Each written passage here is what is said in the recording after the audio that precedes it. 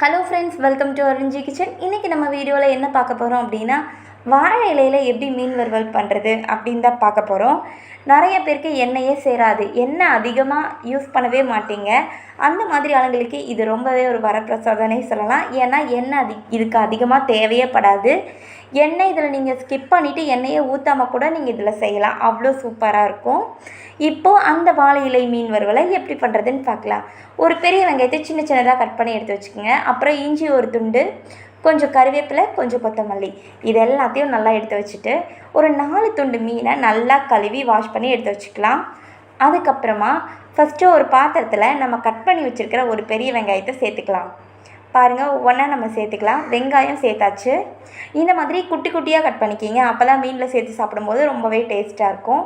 அதுக்கப்புறமா மல்லி இலை சேர்த்துக்கலாம். ஒரு கொஞ்சமாக மல்லி இலை எடுத்திருக்கேன் நான், ஒரு கை அளவுக்கு. அதுக்கப்புறமா கருவேப்பிலை சேர்த்துக்கலாம். இந்த கருவேப்பிலையோட ஸ்பெஷல் என்னென்னா, மீன் வறுவலோடு சேர்த்து நல்லா வேக வச்சு சாப்பிடும்போது நல்ல ஒரு டேஸ்ட் மனமும் கிடைக்கும். அதுக்கப்புறம் ஒரு துண்டு இஞ்சியை நம்ம தட்டி எடுத்து வச்சுருக்கோம், அதையும் நம்ம சேர்த்துக்கலாம். அதுக்கப்புறமா இது காரத்துக்கு தகுந்த அளவுக்கு நான் மசால் சொல்கிறேன். இப்போ நான் 4 மீன் தான் எடுத்திருக்கேன், அதனால் ஒரு 1.5 ஸ்பூன் அளவுக்கு மிளகாய்த்தூள் சேர்த்துக்கலாம். அதுக்கு முன்னாடி கொஞ்சமாக நான் தேங்காய் எண்ணெய் சேர்த்துருக்கேன், ஒரு 1.5 ஸ்பூன் அளவுக்கு தேங்காய் எண்ணெய், இது எல்லாத்தையும் கலந்து விடுறதுக்காக.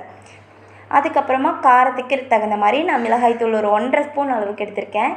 நீங்கள் ஒரு 1 கிலோ மீன்லாம் சேர்க்குறீங்க அப்படின்னா ஒரு 3, 4, 5 ஸ்பூன் கூட நீங்கள் சேர்த்துக்கலாங்க. உங்களுக்கு காரத்துக்கு எவ்வளோ போடுவீங்களோ அந்த அளவுக்கு. நான் 4 மீன் அப்படிங்கிறனால ஒரு 1.5 ஸ்பூன் அளவுக்கு மட்டும் மிளகாய்த்தூள் சேர்த்துருக்கேன். இப்போது இதுக்கு உப்பு சேர்த்துக்கலாம், தேவையான அளவு உப்பு சேர்த்துக்குங்க. நான் ஒரு ஸ்பூன் அளவுக்கு உப்பு சேர்த்துக்க போகிறேன். பாருங்கள், உப்பு சேர்த்துக்கலாம்.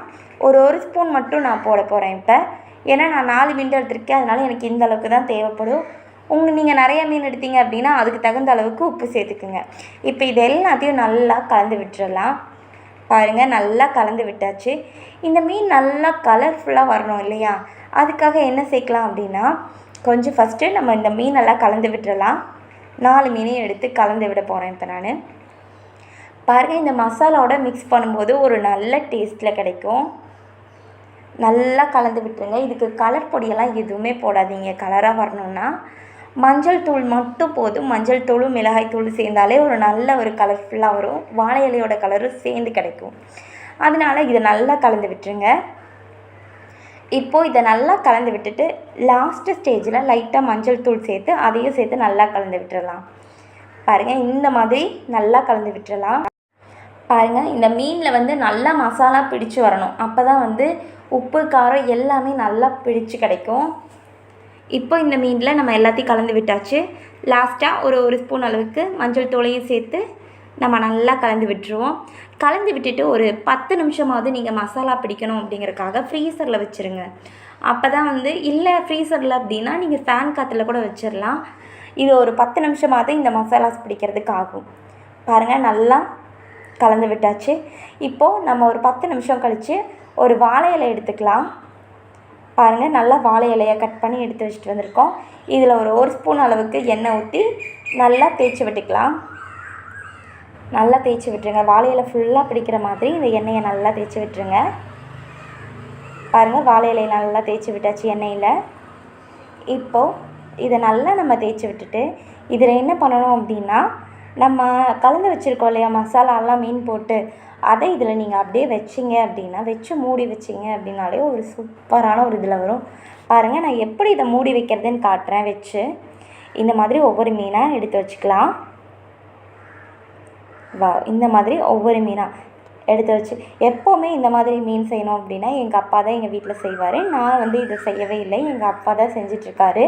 நான் எப்போவுமே எங்கள் வீட்டுக்கு போனால் எங்கள் அப்பா தான் நான்வெஜ் எல்லாம் இந்த மாதிரி எனக்கு சூப்பராக சமைச்சு தருவார். உங்கள் வீட்டில் யார் இந்த மாதிரி சமைப்பாங்க, உங்கள் அப்பாவா உங்கள் அம்மாவா அப்படின்னு சொல்லி மறக்காமல் கமெண்ட்டில் சொல்லுங்கள். மேலே அப்படியே அந்த மசாலாஸ் எல்லாம் நம்ம போட்டுடலாம். வெங்காயெல்லாம் கலந்து வச்சுருப்போம் இல்லையா, அதையும் சேர்த்து இதில் நம்ம மிக்ஸ் பண்ணிக்கலாம். இப்போது இதை நல்லா மடிச்சுக்கலாம். இப்போ நம்ம மீனெல்லாம் ரெடி பண்ணி வச்சிட்டோம். இப்போ இதை நல்லா மடிச்சுட்டு தோசைக்கல்ல வைக்கணுங்க. தோசைக்கல்ல வச்சு வறுத்தா தான் இது ஒரு நல்ல டேஸ்ட்டே கிடைக்கும். இதை நீங்கள் நூல் போட்டு கட்டணுன்னா கூட கட்டிக்கலாம், இல்லைனா அப்படியே நீங்கள் ஒரு தோசை கரண்டி எடுத்து மேலே வச்சுக்கலாம். இப்போது ஒரு ஸ்பூன் அளவுக்கு எண்ணெய் சேர்த்து தோசைக்கல் நல்லா சூடானதும் இப்போது நம்ம ரெடி பண்ணி வச்சுருக்கோம் இல்லையா வாழை இலையில் மீன், அதை தூக்கி இதில் வச்சிடலாம். பாருங்கள், இந்த மாதிரி வச்சுட்டு ஒரு தோசை கரண்டி எடுத்து மேலே வச்சுருங்க. இது ஒரு 5 நிமிஷம் வரைக்கும் கீழ்ப்பாக வேகணும். அதுக்கப்புறம் நான் சிம்மில் வச்சு தான் வேக வச்சேன். நல்லா மீடியம் ஃப்ளேமில் வச்சு ஒரு 5 நிமிஷம் வேக விட்டுருங்க. அந்த சைடு திருப்பி போட்டு ஒரு 5 நிமிஷம் வேக விட்டிங்க அப்படின்னா சூப்பரான மீன் வறுவல் ரெடி. பாருங்கள், சூப்பராக ரெடி ஆகிடுச்சு. இதை சாப்பிட்டோம் அப்படின்னா வேறு லெவலில் இருக்கும். இந்த மீனுக்கு கீழே மசாலாலாம் இருக்குது. அந்த மசாலாவோடு சேர்த்து இந்த மீனை சாப்பிடும்போது ரொம்பவே சூப்பரான ஒரு டேஸ்ட்டில் கிடைக்குங்க. இன்றைக்கி எங்கள் அப்பா பண்ண இந்த மீன் வறுவல் ரொம்பவே டேஸ்ட்டாக இருந்துச்சு. நீங்களும் ட்ரை பண்ணி பார்த்து எப்படி இருந்துச்சுன்னு மறக்காம கமெண்ட்டில் சொல்லுங்கள். தேங்க்யூ.